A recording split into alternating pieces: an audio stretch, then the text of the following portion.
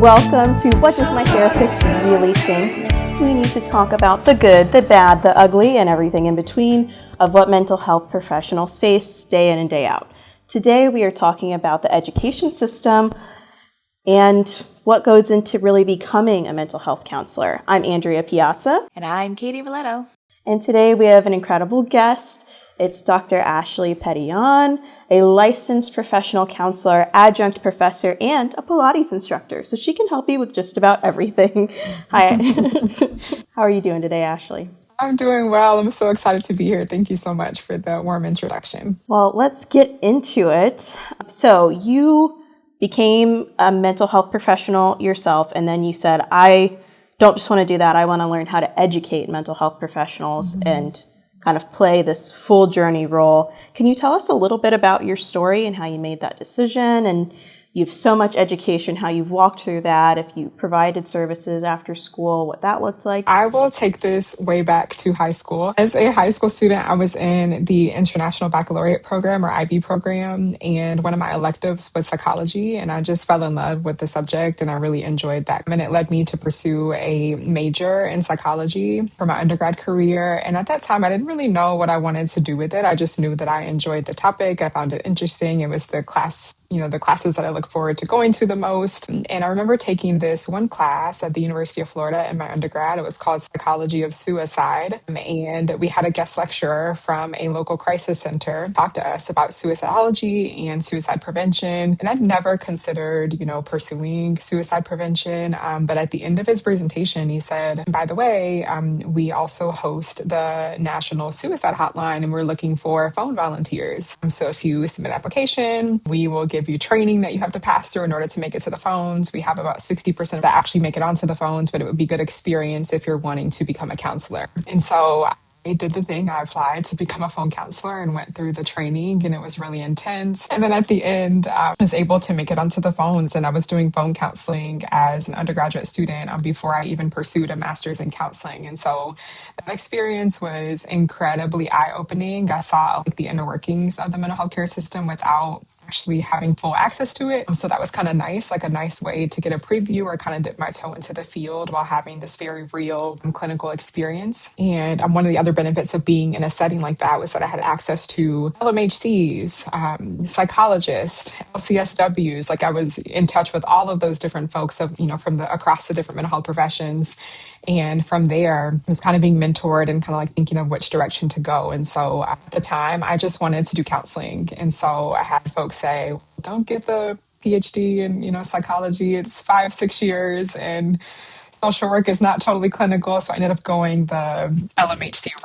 My 2.5-year, 3-year master's program, I was in contact with doctoral students at the time who were conducting research that asked me to be a part of their studies, be a research assistant and that kind of thing. And I fell in love with research. So I was doing a bunch of different research work for other folks on topics that they were passionate about. And at the same time, starting my clinical practicum and internship as a student and wanting to explore things that I was passionate about. So I started seeing all these different issues clinically and all those sorts of things that led me to pursue a PhD in counselor education and supervision. What strikes me is that how mentorship plays in your story. Mm-hmm. And Andy, I know I've heard your story before, and it feels like that's very akin. And I just, in any kind of education, no matter what path you take, I feel like people encouraging you to keep going, encouraging you that you're good at something, especially from a very developmental age, is so important. And I think that we don't have enough of that.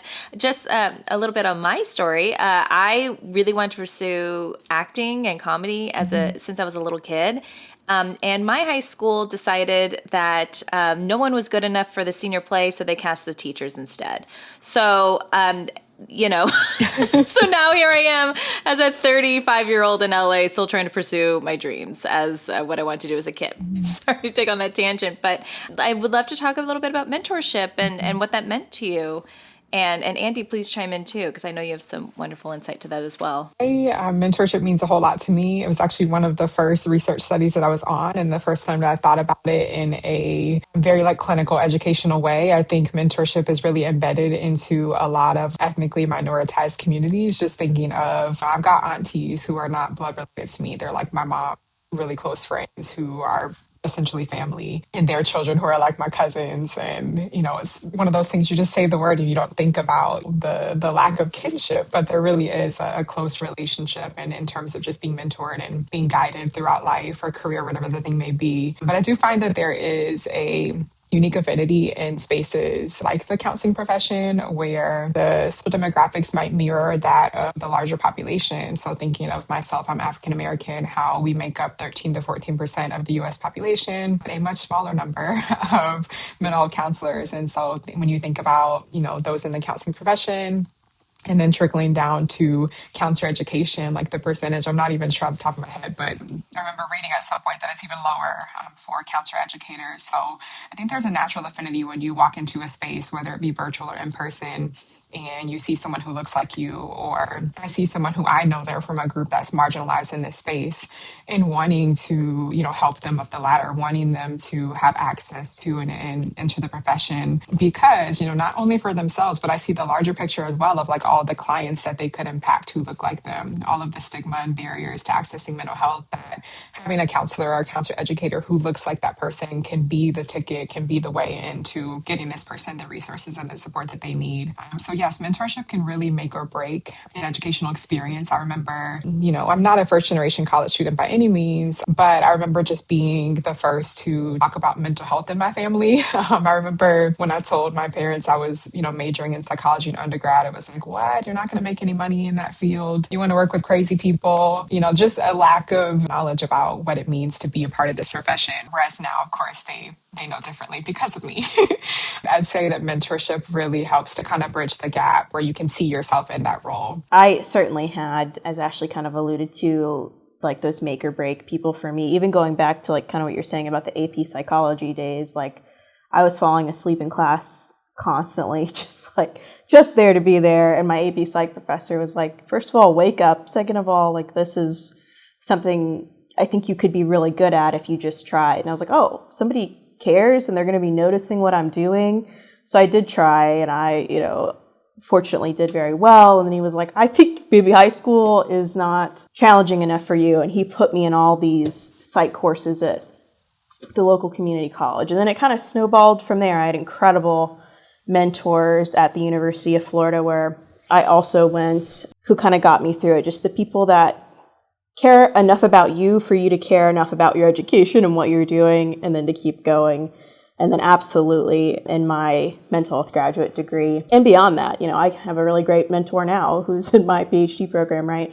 So I think that kind of like circular nature of caring, if somebody cares enough to pay attention to you, to walk you down a road maybe they've been down, or push you down a road they might know a little bit more about than you at that point, you kind of pass that caring down the line. I think it is really mission critical, especially for those from backgrounds that they were not comfortable in university, their family didn't have the same sort of opportunities, and definitely we're talking different ethnic backgrounds or just underserved communities in general. So that definitely all goes together. And then I know that even though I went to really good schools and I had really great mentors and really great professors, there was things that I went through and was like, I'm going to come back and fix that. Like that is just something I can't tolerate. There's always those things, even when people are doing their absolute best. For you, Ashley, what were those sort of things you saw going through your education journey to become a mental health professional? And now as somebody who educates them, you're really trying to go back, correct, fix, do differently. Yeah. Oh, that is such a great question. When I first, sat in front of a real client, right? Like when you're in grad school to become a therapist, you do a ton of role plays with your peers, and you might even do like a practice interview with a family member or something like that. But when you sit down with that first real client who is a stranger to you, they're a real person. They filled out intake paperwork, and you just have all the jitters and all the nerves. There's just something that becomes very real about that interaction in a way that, textbooks and classroom conversations couldn't prepare you for. And being on the educator side of things now, I'm also aware that, a 3-year, sometimes a 2-year graduate program, there's just no possible that we are going to equip counselors in training with every single thing they need to know, every possible scenario that they're going to encounter in the field. And if we did try to do that, the program would be 10 years long, right? Which nobody wants. And so I think if there were kind of like a framing or a situating of what it might look like in practice to encounter things and not know what to do with them and to be able to find that information. So that's a lot of what I teach now. I teach a research course at the university that I work for now. And on the first day of class, always show the quote or like this image about give a man a fish, you feed him for a day, teach a man to fish, you feed him for a lifetime. And I really try to embody that phrase or that saying in my teaching. Like I'm not just giving students fish or giving them things that they need to be able to succeed in the counseling profession. I want them to be able to find those things and generate those things for themselves. Communicating some of the shortcomings of the education system, acknowledging like we can't get it all right. There's no way for us to do that in this time span, but being humble and attentive enough to connect students to those resources or things, ways of thinking, ways of knowing and researching that they're going to be able to have what they need in the future. You're also teaching them, like, I believe in you. Like, I believe you can handle these hard things. Like, I'm just going to do the hard part with you. I'm not going to tell you what to do. I'm not going to give you what you need to know. I'm going to walk with you and help you find it, knowing that means you're going to be able to find that next thing you need to know, which I think is wonderful. And even as you talk about role plays, which I kind of loved a little bit, but I'm a weird person. I think most of my peers hated them. What's role plays? In graduate school, to become a counselor, we as the instructors kind of set up these scenarios where students get to practice like the skills and, the research that we're learning about how to like implement that with the client. But you can't like learn a skill on Monday and then go sit with the real client on Tuesday. Like that would be likely harmful. And so we practice like on each other, like maybe with the instructor or other students in the program. And then you get evaluated on that. You get grades on that to make sure that, okay, you've got the skill in this confined setting. That sounds like fun to me. So I would love to talk about if you're in the right situation and you meet the right people, then you really can have the encouragement to go really far in this profession. But I would like to talk about the system as it stands. Maybe if those mentors aren't prevalent and you maybe do become, say, a 35-year-old in Hollywood making auditions for a Chex commercial, like some people did, because they didn't have a good mentor in their life. And I'm curious, she's projecting, how does system just stand? I'm of the mind that anything that humans are involved with, like we're human and so we're flawed. And so ourselves, we're always healing. We're never fully healed. Our relationships are a work in progress. Our systems are even more imperfect and always a work in progress. So I would never, I hate to speak in absolutes, but I feel comfortable saying I would never say that a system is perfect. There's always going to be room for improvement. Well, there's multiple levels to systems, right? So I think about within a single program, for example, like a program that I work for. I remember when I was working for Nova Southeastern University in Fort Lauderdale, Florida, I was teaching the multicultural course and I realized that I had some students that were just starting, like this was their first class ever in grad school. And then I had some students who were getting ready to graduate. This was their last semester. And I could not wrap my mind around a student who was at the very end of their training that had never had cultural training. And so I brought that to my department chair at the time and said, this course should be required before they even see a client. This is one of those skills that we need to make sure that they're not going out and harming folks. It was one of those things where like no one kind of has their hand on it. So if you're the person that speaks up on it, now it's your responsibility. So great. Okay, now we're getting the multicultural course moved. And we voted on it and it got moved. And now it's a requirement at NSU to take multicultural before and to pass that before you sit with the client. And so things like that, like smaller systems, it feels like a little bit easier to have your hand on something and like make that immediate change. When we think about larger systems like at the university and regionally and nationally and globally, like we start to feel a little bit more distant from what we're able to control. I think about zooming out to CACREP, which is our accrediting body in the counseling profession. Trauma counseling is still not a required course. I think they're working on it. I'm not on the inside of CACREP, so I'm not sure, but I would like to believe that they're working on it. But there are still counselors in training today who are hitting the streets, hitting the sessions and the counseling rooms without any sort of formal training in trauma counseling, and that is very scary. Many programs have the course and they offer it as an elective, but it's not required to become a counselor. Wait, can we talk about that a little bit? Because again, I'm coming from a perspective where I'm just a gal learning on the go. It seems like trauma is a big part of why people go to therapy. Yep. Mm-hmm. Yeah. Then what the heck? Like, what the heck is that? It's considered a specialty, as if there's anybody walking around today that is trauma-free, nothing bad ever happened to them or had an effect that lasted more than 6 months, to quote the DSM. Mhm. Yeah, it's considered a specialty, meaning like after school you have to go and get training on it if you want to do that, theoretically. And that's not in every state, although our accrediting body still doesn't require it. And they're the ones that need to require it for it to be standardized.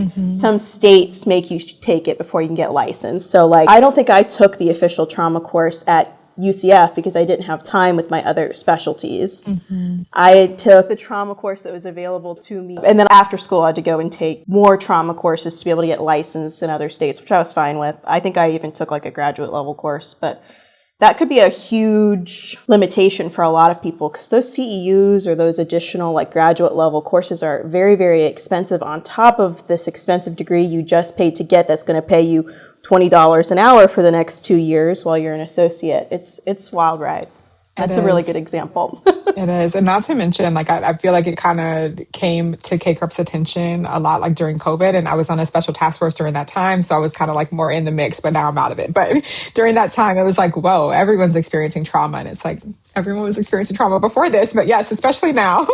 And so it definitely should be, on the radar in terms of things that should be required. But I like to think, I mean, there are some politicians these days that are proving us wrong with how slow change has to be, but we are taught and told that, bigger change that's longer lasting and like, embedded in a lot of different systems, like it takes a while to change and what that looks like might be different. I know that K-Corp comes out with standards like every so years, but they just released in 2024 and it was not in there. So who knows when trauma will be required across the board. But yes, it's a thing, Katie. It's unfortunate. I don't even know what to say about that because how do you exist as a human without having some sort of traumatic event happen to you? I remember being in the substance use class in the master's program and them saying, even if you don't want to work with clients that are struggling with addictions, like you're going to be touched by someone with like your client's going to have a loved one with addiction. And I'm thinking like, is that not the same thing for trauma? So where's our trauma course? And so, but I think the university that I work for now through New Jersey does require it. So there, again, it's almost like when the larger systems fail us or like are a little bit too slow, the smaller systems kind of make up for it and say, well, no, this is going to be a requirement before you graduate and here's a course. Yeah, I think it depends like how much of the system you have to work yourself through. Because like there are like fail safes again, like New York and California. Even if I hadn't had that extra trauma class, I think I would have had to have gotten it for them. And then I know substance use is oftentimes required as well.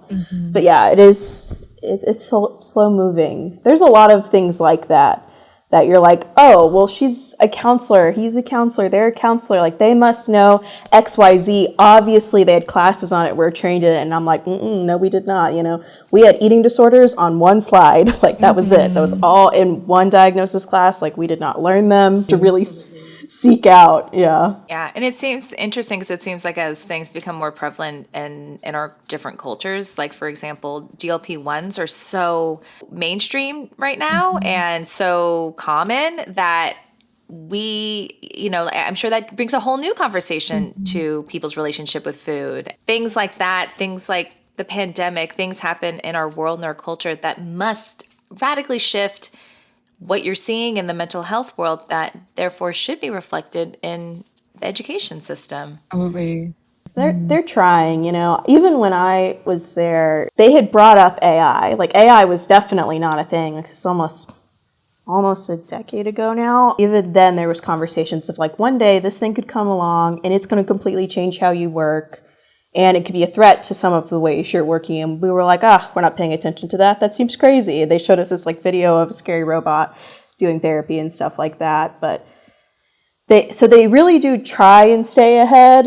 But I think it's just, by the time you make a course to teach about it, it's already outdated because things are moving so fast. So it's very interesting. One thing that I'm curious about too is just the financials of it all, because it is such an investment that you have to put in, and then you have these extra trainings, and then let's say you move, you have to be licensed in a different state, or all of these things kind of start piling up. And then as an associate, you're getting paid $20 an hour, and then if you're not licensed, then you're working for free as an intern. Like, how do people wrap their brains around the financials of it? And that also leads me to another thought, which is if the financials weren't an issue, who in this world that was meant to become a mental health counselor would. Yeah, I feel like I have a unique perspective because you're talking about me, right? This was my experience. I remember being in undergrad applying. I think I applied to like 4 or 5 different programs for clinical mental health counseling, all in state, of course, because what else would I afford, right? So all in the state of Florida, all the accredited programs in Florida. And just kind of weighing the different cost points and then the length of the programs and like the opportunities for graduate assistantships, which is where you work in exchange for tuition reimbursement and maybe a little bit of stipend, just weighing all those options, and everything was just a huge risk. Like, you apply to a program, you have to accept right now or it goes away. You may or may not get a GA, who knows, right? When I came into my master's program, I did not get any of the GAs I applied for. So I was working a regular old job and getting student loans to cover my tuition. And I kept applying for the GAs. I think maybe my second semester I landed a GA, which was like amazing, golden egg. Yes, I got it, right? I was able to have the rest of my tuition reimbursed from there. But even then, like, you're living on pennies. And so if I was someone who had a child or a family to take care of, there's no way. I mean, I was barely surviving on my own. And so if you are someone who's further along in life, maybe you've got a career transition, or maybe you come from a family where you're taking care of them as well, I don't see a pathway to where someone, in that position could become a counselor.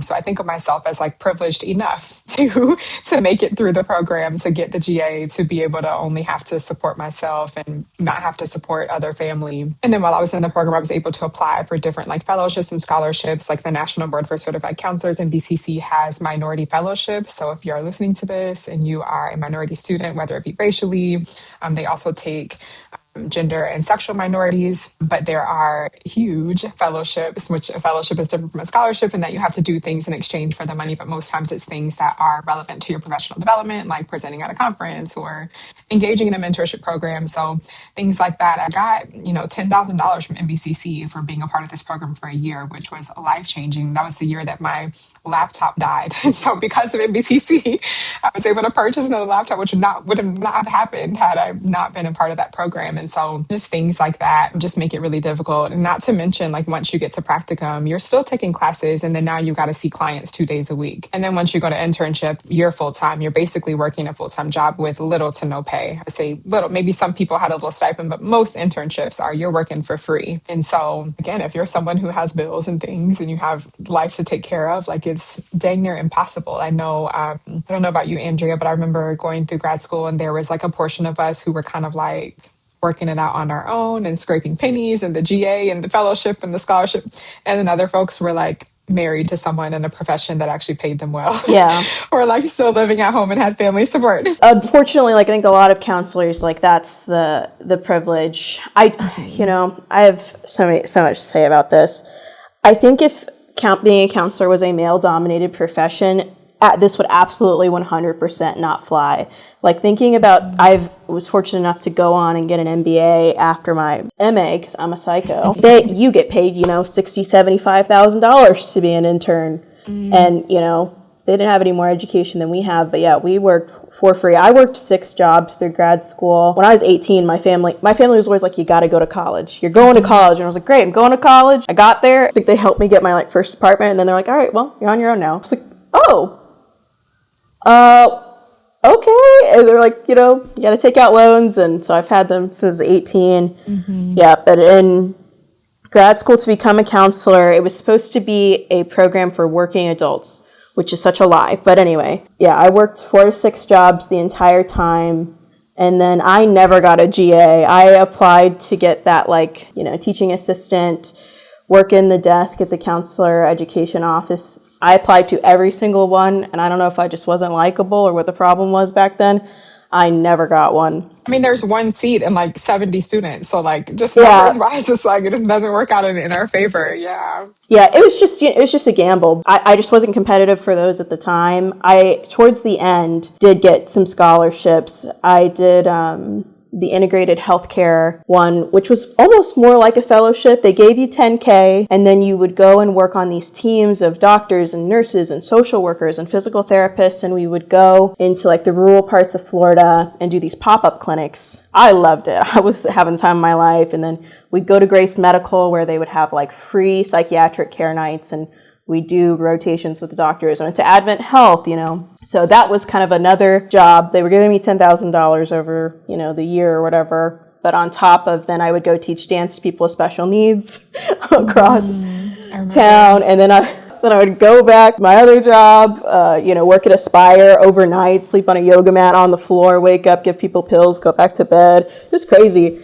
Every time I'm really stressed out now, even flying back and forth to Canada and LA, I think back, like if I did that poor child, first of all, but if I did that, like I could get through this, Yes. But the things you have to do to be able to help people are insane. That's all I have to say about it. I think my luck with that kind of stuff really changed after UCF. I think you got this award too, Ashley. The 30 under 30 award that UCF does, I got that award, and then once that was on, it didn't come with money, but once it was on my resume, I felt like I could kind of apply and get anything I wanted. It was almost like they needed to see that you could get a trophy one time, and then by the time I got to UCLA, I had a much easier time getting money, getting funding, getting more awards. If you're really not sure, just keep trying until you get that one, and then it can kind of snowball. Or maybe I just got really lucky. I don't know. I'm sure the answer is there was a lot of luck there. And I want to be clear too, I'm not shading, folks that have family privilege or like partner privilege. I think that's great. It's go to school, help people. Exactly. We love you. It's still hard. Exactly. But I'm with you, Andrea, in the sense that, I think about other female dominated professions like nursing and teaching and like, counseling here. It's like there's a pattern of like when, a field is women dominated, how much we value them with our dollars and with our support. And so we shouldn't have to rely on partners and families to get through this profession. We should be able to, so Katie's point earlier, we should be able to have doors open for folks who have the skills and have the passion and the heart to want to be a counselor to be able to pursue that without putting themselves in an immense amount of debt or, significantly inconveniencing their entire family and support system. When you have the ability to pay people to provide counseling, you always should. That's a privileged statement as well. Like, don't get me wrong. But like I run a nonprofit and I will not let people do counseling for us for free. Like our clinical intern who's in her psych degree earns way more than $20 an hour. That's awesome.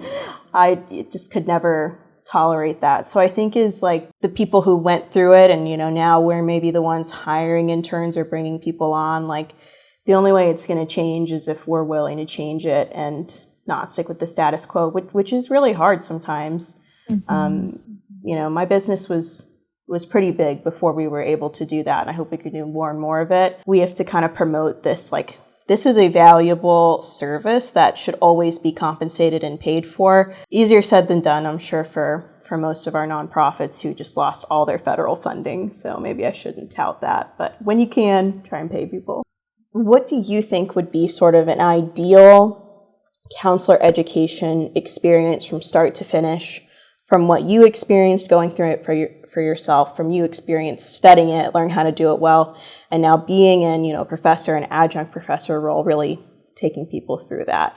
If you could kind of change the system, make it better, what would be the ideal? Or if there's anything else to say about like walking that journey? Yeah, that is such a great question. I love that question. And as you were delivering that question, two different avenues came to mind. So I was thinking about like the content of the degree, but also like the process. So I'll speak to both of those. So like content wise, again, something that's not set in stone or like anywhere structurally, but I try to do in my individual courses is to integration across all the courses. So I remember being in school and like you take a research course and you never talk about research again. You take a multicultural course and it barely comes up in other courses. You take just everything felt so segmented, and then you get to practicum and it's like throw it all together and bring it in front of a client and do the session and do it well.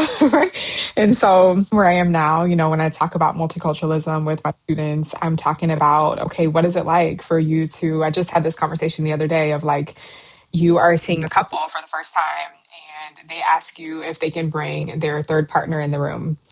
We didn't talk about that in grad school. So what do you do when you have ethical, non-monogamous couples? Where are you going to go in the literature? Where are you going to find support for this? How are you going to find in terms of research, culture, groups, theories, skills, like combining all the things across all the courses. I try really hard to do that throughout the way that I teach now so that when they get to practicum, it doesn't feel like, well, now I have to remember this topic that I learned 10 months ago that I have no recollection of because we've been talking about it all along. So content wise, I really try to push integration and making everything as relevant as possible, as timely as possible. Process wise, this was some work that I did when I was on the governing council for ACA, for the American Counseling Association a few years back. I was the student representative, so the person kind of charged with bringing student issues to the forefront and advocating for votes on behalf of the student members of ACA.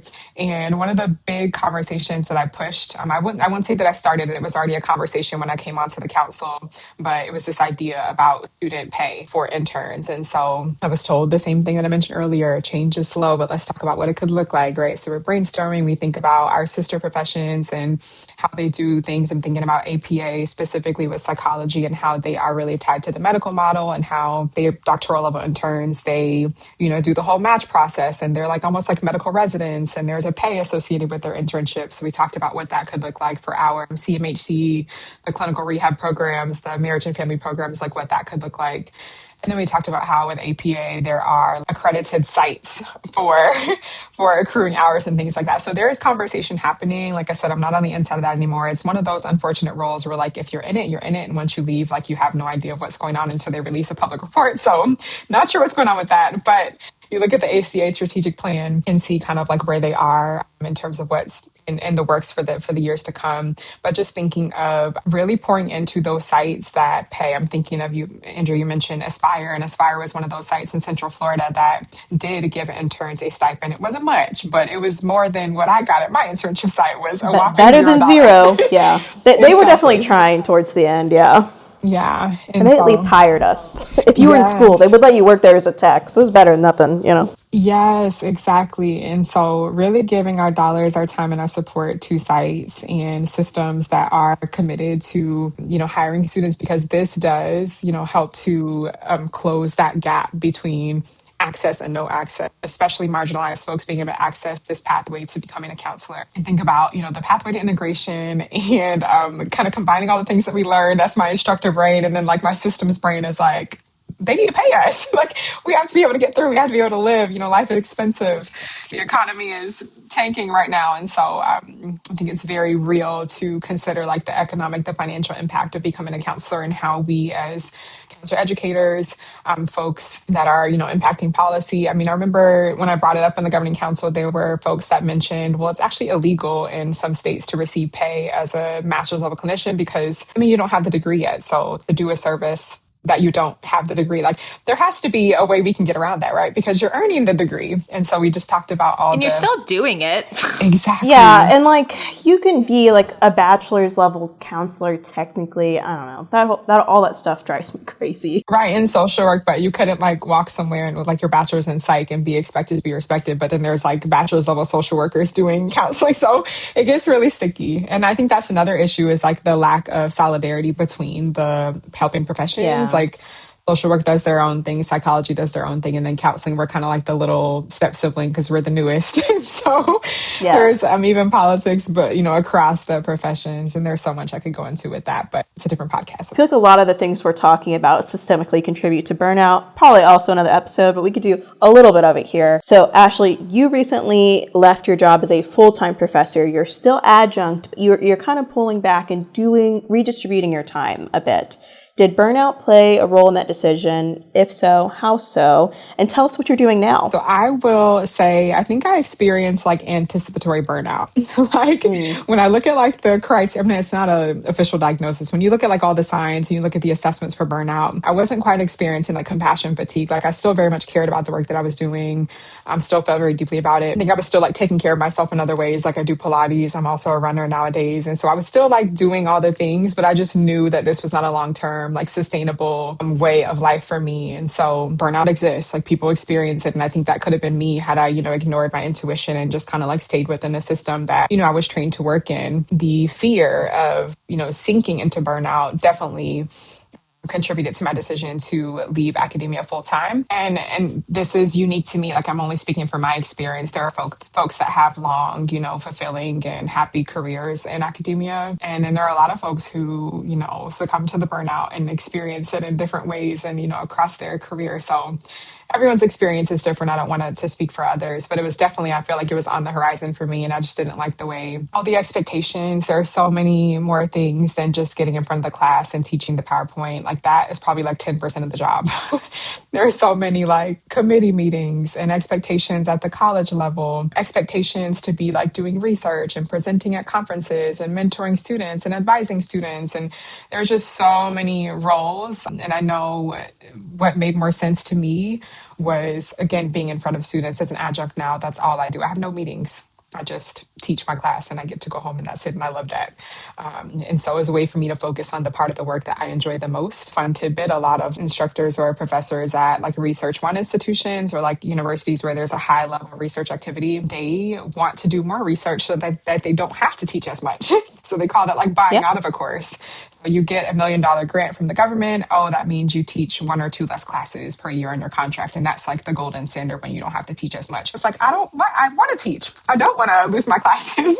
And so it just meant me going in a different direction that made more sense for my interests and the things that made me happy with the job. What am I doing now? So yes, I adjunct. I teach 1 class per semester. I really enjoy that. I'm with the College of New Jersey. So it's based in Ewing, New Jersey, but it's an online program with students across the country. So I even have students here in Florida near me, which is really exciting. And so I'm teaching 1 class per semester with TC&J. I have a small private practice with my husband here in the Tampa Bay area called Heal Well Counseling. And so I see clients here and there, and we're getting ready to start up some groups, which is really fun. I'm a certified reformer Pilates instructor, so I do some movement practice as well. And I really enjoy the nervous system regulation and kind of like mind body. I won't say healing because it's not therapeutic in that way, but mind, body, movement, and attentiveness to just other ways to tap into our inner experience and move towards healing in that way. So do some consulting work. So I go back to my crisis response roots from the National Suicide Hotline, and I'm a part of a network here in Tampa Bay where there is like a crisis in the community or someone passes away. Self and other team of counselors go out and support those people in person. And so I kind of have my toe dipped in little things here and there. I posted on Instagram the other day that for me, having like multiple little part-time jobs has been so much better for my mental health than having one big full-time job that takes up my whole life. So that's kind of where I'm at now. I get to do all the things that I love in doses that feel good to me and help me stay away from that B word, that burnout word. Katie, do you have any final questions before we do hot takes? No, I just think that we could talk to you for so long, Ashlei. And I think that there's something to this idea of a lot of small jobs rather than one big job. Yeah. I find that to be a big trend just across a lot of industries right now. And just knowing that one system is not reliable and the unemployment rate is higher and higher and people are worried about their jobs getting taken, that is, I think, going to be a new way of looking at careers. Mm-hmm. What I get from this episode is that if you have a love or a passion for something, it is so important to find support for it. And it's so important to find a community for it. Mm-hmm. And don't be afraid to keep searching for it and keep looking for it and keep knocking on doors for it. It might not be next door. It might be in a different city, a different state, a different country. Mm-hmm. But that's the only way you're going to get through anything that's challenging and get to the spot where you're supposed to be. And to lift as you climb. I think that's been a lot of my journey as a counselor educator. Is like, okay, when I was in that master's level program, what were some things that I needed? I try to implement that into my instruction, but also in the way that students reach out to me. Also online spaces. I have so many people that reach out via DM and say like, I want to be mentored by you. Like we have a lot of similar interests where like that just wasn't a thing when Andrew and I were going through school. Like maybe there were folks online, but just like therapists on social media was like a big no-no, right? Right. Yeah. Things have changed so much. That's totally changed. Yeah. Yeah. So lifting as we climb as well and making sure that it's a little bit easier for the next generation of counselors and hoping that they'll do the same for the following generation and so on and so forth. And do it when you can. You might not always have the bandwidth for mentoring or the ability, but like keep a list of people you want to go back to and help when you can, or different versions of you want to go back to and help them have an easier road than you have. Ashlei, do you have any hot takes, any juicy thoughts as we head into our last little segment here? This is not necessarily a hot take, but severely believe that, something like universal health care could positively impact the mental health profession. I know that, nations that have universal health care, it's not a utopia. Like, there's still issues. But just thinking about the chasm between, how we think about mental health and physical health, they're connected, right? And so they're not these two separate things. And so if we have a system that really honors like the wholeness of our bodies and our experiences and sees like every human as valuable and worthy of healthcare, including mental health care, like that could really help our profession and help, folks access the care that they need. So that is my hot, but I don't believe it's super hot. Maybe to some people it's a hot take that universal health care could be a really good thing for mental health care in our country. And then I do have one final like announcement. I know we didn't talk a whole lot about this today, which is like my research. I have clinical expertise and my research is based on generational trauma and healing. So I'm interested in how, trauma is passed down within families and communities and how we can, interrupt that process as counselors. And so I've done a few research articles on that, and I'm currently writing a book. I'm almost done writing the book, so it's going to be released sometime in 2027. I don't have the release date yet, but my manuscript is due in like a week, so I'm wrapping up that book, and there will be a lot more information about that soon. I'm really interested in getting this out there to the world. It'll be a mind, body, spirit approach to healing generational trauma, intrapersonally, interpersonally, all the things. So really, really excited about that. Ashlei, that's incredible. And now we absolutely will have you back at least to talk about the book and all these other things that we talked about. We will have all of Ashlei's links that we mentioned in the bio here. Any last thoughts, Andy? As somebody who built a practice that they wanted to see, and I'm taking people who are still in school or just fresh out of school, I think I could very confidently say our counselor schools train clinicians, not professionals. So while the program is going to graduate people who can do therapy, and again, it's usually like kind of 101 therapy, then this person has to go and do all this extra training for their niche and all that. It does not teach people how to navigate insurance, how to build a caseload, how to set fees, how to run an intake flow.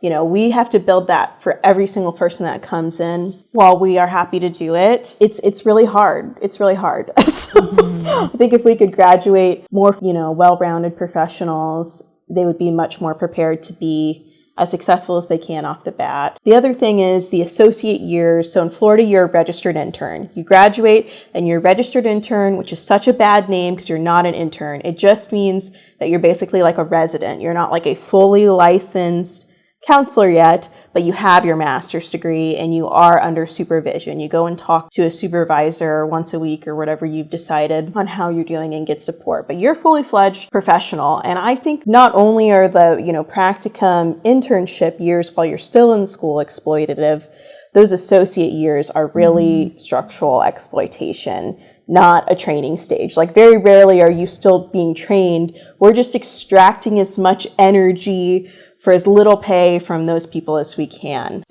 And I think while that goes beyond the school conversation, the more we could see that change and contribute to that changing over the year, the more respected our profession is going to become, the less we're going to see burnout, the happier we'll all be, as Barney would say.